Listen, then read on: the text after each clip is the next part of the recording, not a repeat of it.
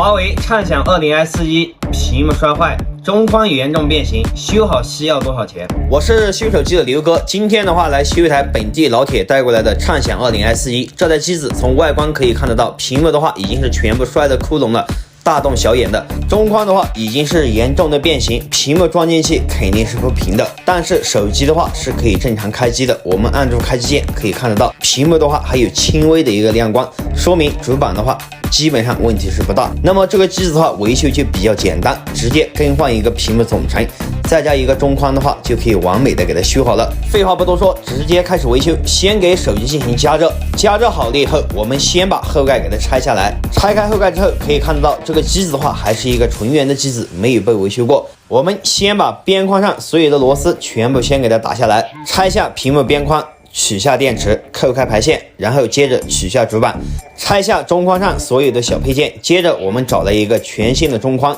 先把主板简单的扣上去，然后装上电池，找一个确定是好的屏幕先给它扣上，然后给手机开机。手机开机了以后，我们先把所有的功能全部给它测试一遍，所有功能全部给它测试正常了以后，我们就可以准备开始更换。更换的过程就比较简单，